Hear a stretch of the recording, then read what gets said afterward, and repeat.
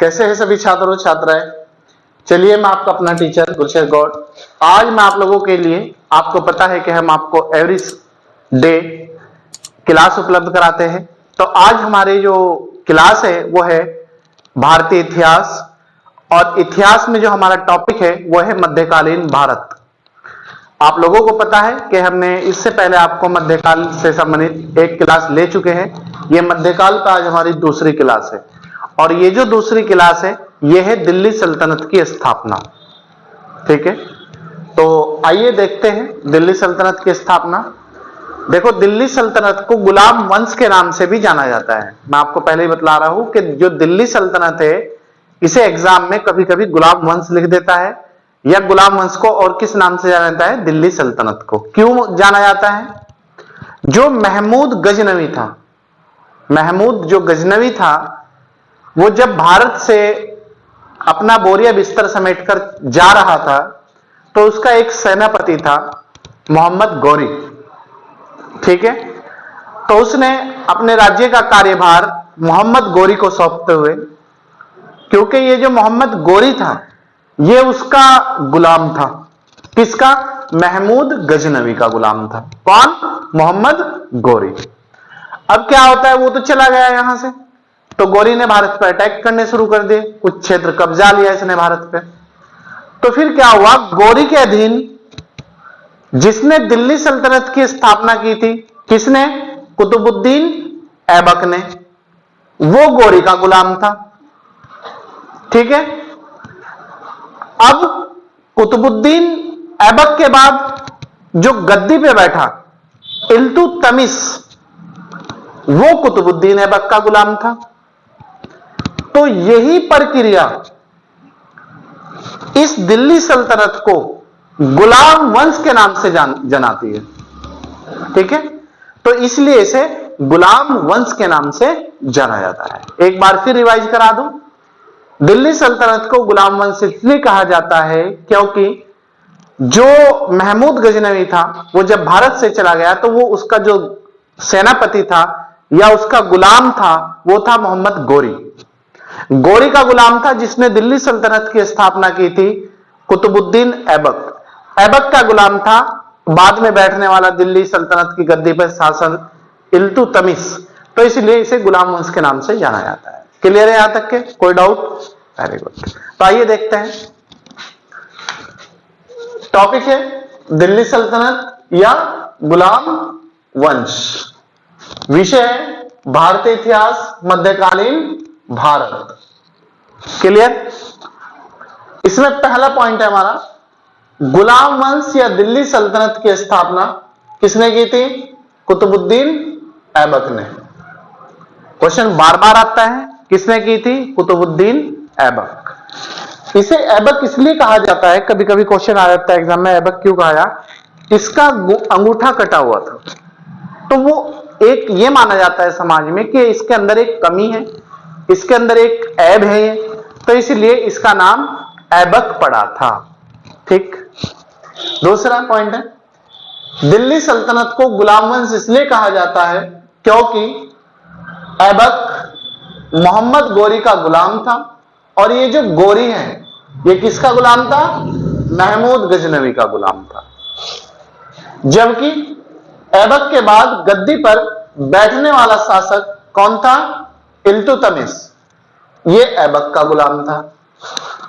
देखो कितने मजे की बात है। इसीलिए इस वंश को गुलाम वंश कहा जाता है। समझ गए ना आप लोग? महमूद गजनवी का गुलाम था गौरी, गौरी का गुलाम था कुतुबुद्दीन ऐबक, ऐबक का गुलाम था इल्तुतमिश, इसलिए गुलाम वंश कहा जाता है शॉर्ट में।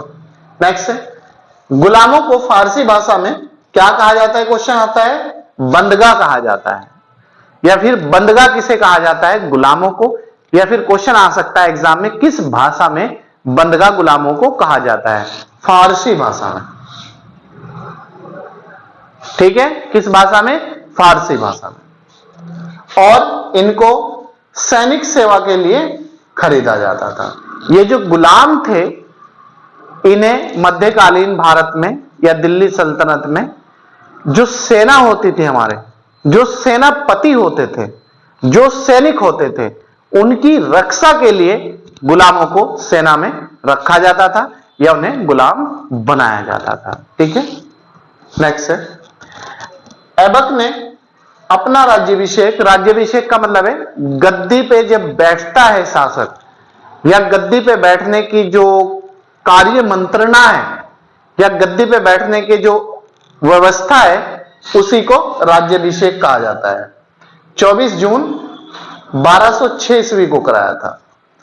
ऐबक ने अपना राज्याभिषेक 24 जून 1206 ईस्वी को कराया था और इसने अपनी राजधानी लाहौर को बनाया था। क्वेश्चन आता है एग्जाम में कि जो दिल्ली सल्तनत का शासक था कुतुबुद्दीन ऐबक, उसने अपनी राजधानी किसे बनाया था? तो इसने अपनी राजधानी लाहौर को बनाया था। और ये एक क्वेश्चन यहां आता है एग्जाम में, कुतुबुद्दीन ऐबक गद्दी पर कब से कब तक रहा था? तो इसका शासनकाल 1206 से 1210 तक रहा है। दिल्ली में स्थित कुतुब मीनार, जो कुतुब मीनार है, आपको सबको पता होगा, कुतुब मीनार की नींव या स्थापना या ये कह लो कि स्टार्टिंग इसी शासक ने की थी, कुतुबुद्दीन ऐबक ने। लेकिन क्या हुआ था, समय की बात है, समय ने इसका साथ नहीं दिया था, तो ये बीच में ही इसकी डेथ हो गई थी, मृत्यु हो गई थी। ये इसे पूरा भी नहीं कर पाया था। आगे चल के कुतुब मीनार को पूरा जो करने का श्रेय जाता है, वो जाता है इल्तुतमिश को। ठीक है, क्वेश्चन आता है एग्जाम में कि कुतुब मीनार की स्थापना किसने की थी और उसे पूरा किसने कराया था? तो स्थापना पूछे कुतुबुद्दीन ऐबक और पूरा कराने का जो श्रेय है वो इल्तुतमिश को जाता है। नींव ऐबक ने डाली थी, लेकिन इसे पूरा कराने का जो श्रेय है बाद के शासक इल्तुतमिश को जाता है। क्लियर है? बिल्कुल क्लियरिटी के साथ सब बताया गया है, लिखाया गया है, समझाया गया है। आप निश्चित होकर अपने नोट्स बनाइए और आप कोई भी एग्जाम दीजिए, आप देखना 10 से 20 साल के पेपर उठा के देखना, इससे बाहर आपका कोई भी क्वेश्चन नहीं जाएगा क्लास का कुतुबुद्दीन ऐबक से। हम इसके बाद इल्तुतमिश और रजिया सुल्तान पढ़ेंगे। आप दोनों का एनालिसिस कर ले, पढ़ ले, आप पे कोई भी बुक हो, चाहे लाइक अहमद वगैरह की जो भी आप पे बुक है, मध्यकालीन भारत या फिर कोई अदर बुक जो भी है, उससे आप कुतुबुद्दीन इल्तुतमिश और रजिया सुल्तान को पढ़ ले। ठीक, नेक्स्ट क्लास उसी की होगी। नेक्स्ट है, ऐबक ने दिल्ली में कुव्वतुल इस्लाम मस्जिद, क्वेश्चन आता है कुव्वतुल जो इस्लाम मस्जिद है वो कहां पर है? ये दिल्ली में है। ठीक है, इसकी स्थापना किसने कराई थी? ऐबक ने कराई थी। का निर्माण और अजमेर में स्थित 2.5 दिन के झोपड़े का निर्माण कराया था। क्वेश्चन आता है 2.5 दिन का जो झोपड़ा है वो कहां पर स्थित है? अजमेर की जो दरगाह है, आप लोगों ने अगर देखी होगी, ख्वाजा मोइनुद्दीन चिश्ती साहब थे जो, उनकी दरगाह है जो वो ऐसे पड़ जाती है और आगे चल के एक रास्ता है, तो उसी रास्ते पे ये 2.5 दिन का झोपड़ा स्थित है। एक टीला है बहुत ऊंचा, उस पे स्थित है। ठीक है, पहाड़ी पे स्थित। तो इसका निर्माण कुव्वतुल इस्लाम मस्जिद दिल्ली में है और 2.5 दिन का झोपड़ा जो है अजमेर में है। तो इसका निर्माण किसने कराया था? कुतुबुद्दीन ऐबक ने। मैं ब्रैकेट में कर रहा हूं अजमेर, याद रखना। नेक्स्ट है, ऐबक को लाख बख्श के नाम से आता है। क्वेश्चन आता है एग्जाम में कि लाख बख्श किसे कहा जाता है? तो जो दिल्ली सल्तनत का शासक था या गुलाम वंश का पहला शासक था जिसने स्थापना की थी, उसे ही लाख बख्श के नाम से जाना जाता है। लाख बख्श इसलिए कहा जाता है क्योंकि यह दानी प्रकृति के स्वभाव का व्यक्ति था और दानी प्रकृति या स्वभाव के व्यक्ति होने के कारण ही इसे लाख बख्श के नाम से जाना जाता था। यह गरीब लोगों की मदद करता था और बहुत ही बड़े पैमाने पर लोगों को दान देता था, इसीलिए इसे लाख बख्श कहा जाता है, लाखों का दान करने वाला। क्लियर है? कोई डाउट? Very good.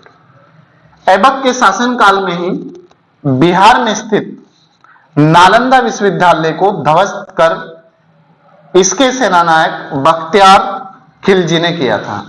एक इसके सेनानायक थे कुतुबुद्दीन ऐबक के, उसका नाम था बख्तियार खिलजी। तो उसी ने जो नालंदा विश्वविद्यालय हमारा ये सबसे प्राचीन विश्वविद्यालय भारत का बिहार में स्थित है।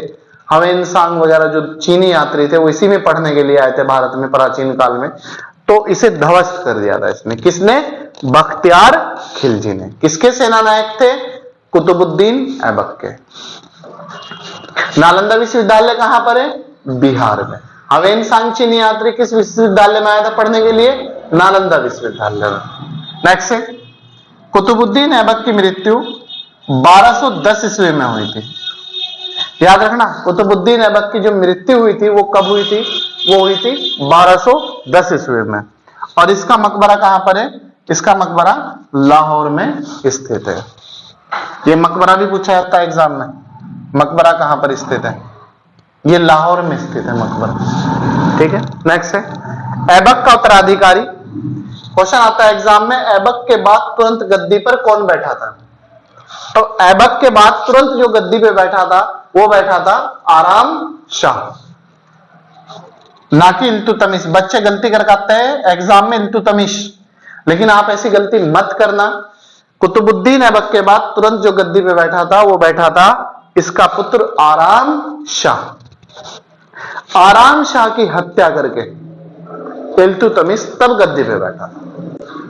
याद रखना, आराम शाह ने मात्र 8 माह तक ही शासन किया था। इसकी हत्या इल्तुतमिश ने की थी। किसकी हत्या? इल्तुतमिश ने की थी, आराम शाह की। और यह 1211 ईस्वी में दिल्ली की गद्दी पर बैठा था। कौन? इल्तुतमिश। कब? 1211, क्योंकि 1206 से 1210 तक का जो शासन काल रहा है वो आपका किसका रहा है? इल्तुतमिश का रहा है, उसका कुतुबुद्दीन ऐबक का रहा है। फिर 8 महीने इसने शासन किया, बीच में 4 महीने वैसे खराब हो गए जद्दोजहद में, हत्या करने में, प्लानिंग बनाने में, उसे मारने में, उसका मंत्रोच्चारण कराने में, तो आज 4 महीने वैसे खराब हो गए। तो वही 1211 ईस्वी में जो आपका इल्तुतमिश था वो गद्दी पे बैठा था। बाकी ये आपका हमने आज पढ़ा है दिल्ली सल्तनत या गुलाम वंश की स्थापना किसने की थी, कौन किसका गुलाम था, क्यों इसे गुलाम वंश के नाम से जाना जाए, ये जाना। इसके बाद जो नेक्स्ट क्लास होगी आप अपना पढ़ लीजिएगा किसी भी बुक से, जो भी आप पे बुक है वो होगी इल्तुतमिश और रजिया सुल्तान, दोनों मैं आपको कंप्लीट कराऊंगा। तब तक आप इसे बहुत अच्छी तरीके से करें। अगर आपकी कोई चीज समझ में ना आई हो तो आप हमें कमेंट बॉक्स में कमेंट करके पूछ सकते हैं, और या फिर डायरेक्ट आप कॉल भी करके हमसे पूछ सकते हैं। और आप लोगों की सेवा में विनाइस कैंपस का ऐप लॉन्च किया गया है। आप प्ले स्टोर से विनाइस कैंपस, अगर आपको ऑनलाइन क्लास लेनी है तो आप प्ले स्टोर से जाके डाउनलोड कर सकते हैं और आप ऑनलाइन क्लास भी ले सकते हैं। आप लोगों का वेलकम है, स्वागत है। और आप लोग अगर हमारे यूट्यूब चैनल पर नए हैं तो लाइक शेयर सब्सक्राइब कर लीजिएगा, और अगर पुराने हैं तो कंटिन्यूटी के साथ जुड़े रहिएगा, ज्यादा से ज्यादा लोगों को जोड़ने का प्रयास करिएगा। चलिए, मैं आपका अपना टीचर गुरशेखर गौड़, थैंक यू।